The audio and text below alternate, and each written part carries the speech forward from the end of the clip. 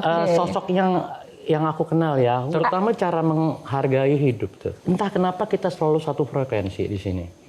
Untuk urusan di luar musik ya mungkin ya gitu. Sekali-sekali mungkin Kak Yohana kalau main ke rumah Bunda ya, itu berasa tuh di situ. Apa yang ada di situ tuh auranya kayak kita kembali pulang rumah. Gitu. Dan itulah yang menjadi vibe tema konser secara suasana nanti di 3553 itu katanya konser Yuni Shara di situ tuh ingin membawa para penonton itu seperti kembali ke rumah. Rumah itu hal yang paling jujur. Kita itu paling jujur kan di rumah ya. Mau bangun tidur, kadang-kadang orang bilang ring satu gue tuh sahabat. Enggak, ring satu kita itu adalah Mbak yang kerja di rumah. Setuju. Mbak ya. Jadi yang tahu Setuju. polosannya kita, tahu kita lagi mood atau tidak apa segala macam, ya itu hal yang terjujur dari semua itu adalah rumah gitu loh. Justru itu. Saya membayangkan bagaimana dulu masuk Jakarta, orang ini seranjang, kalau ada yang nendang pasti ada yang jatuh. Saya yang ketenang, saya yang Dia yang ditendang sama Kade gitu. Tapi kok dia nggak pernah duet kan? Nah saya berharap tadinya di konser ini harus tampil luar biasa berdua ini. Kami tidak pernah malu untuk menceritakan bahwa kami itu kesulitan-kesulitan yang kita jalani di Jakarta. Orang lihat Yuni Shara, Krisdayanti itu sekarang, dulunya dong. Dulu perjalanan kami tuh dulu, wah luar biasa. Tapi yang sebenarnya yang lebih hebat itu Mama. Ya. Gimana caranya dia mikir besok kami makan apa, sekolahnya bagaimana. Pernah dan lain-lain. sesusah apa memangnya Mbak? Kalau pas di Batu sih memang kami oke lah. Maksudnya di Batu tinggal di rumah besar. Yang kami tuh termasuk pejabat publik. Maksudnya ada bedana, apa segala macam kayak gitu-gitu. Tapi pas saat pindah ke Jakarta, kami tinggal di gang kan ada gang normal ya.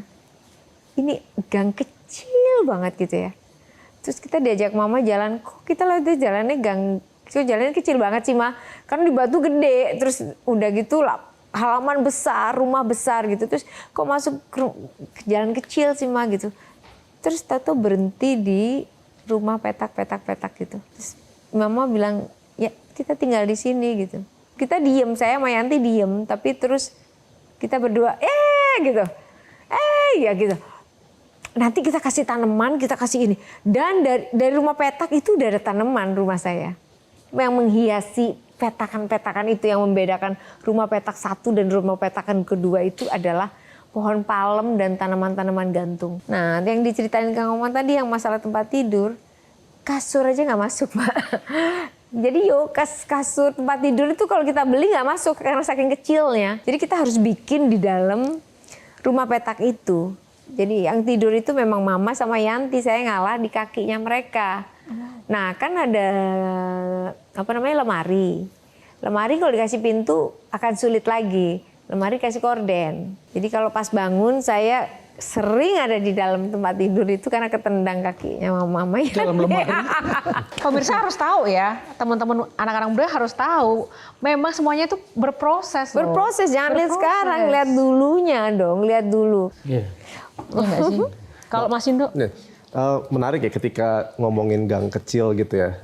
Akhirnya Mbak Yuni kan sampai di titik dari gang kecil, dari rumah petak ke Istora gitu ya. Nah yang ingin aku tanyakan, pernah nggak sih sebagai seorang penyanyi, sebagai seorang musisi ada di titik, mungkin kalau nggak karena musik, aku nggak kuat gitu. Kayak enggak deh. Kayak saya itu dari dulu tuh kayak gini nih. Saya itu udah terlanjur hidup, jadi saya harus nerusin. Apapun kondisinya. Enak nggak enak gitu. Kayak fase-fase pertama saya menikah itu saya kaget. Kok kayak gini gitu loh. Mungkin sih kalau orang lain mungkin udah bunuh diri kali ya.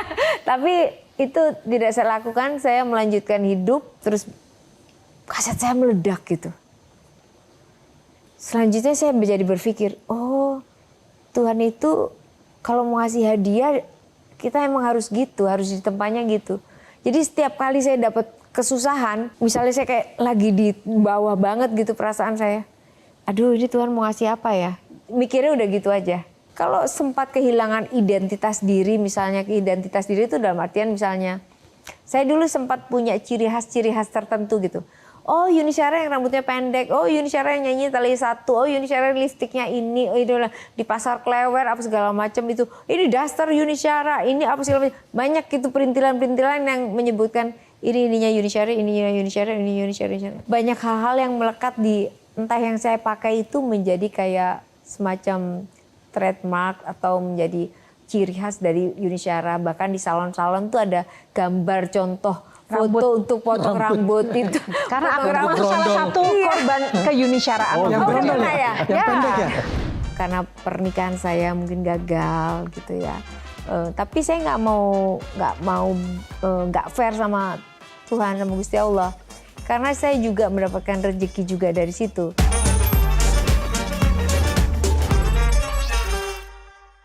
Dipersembahkan oleh Jelajahi cara baru mendapatkan informasi. Download Metro TV Extend sekarang.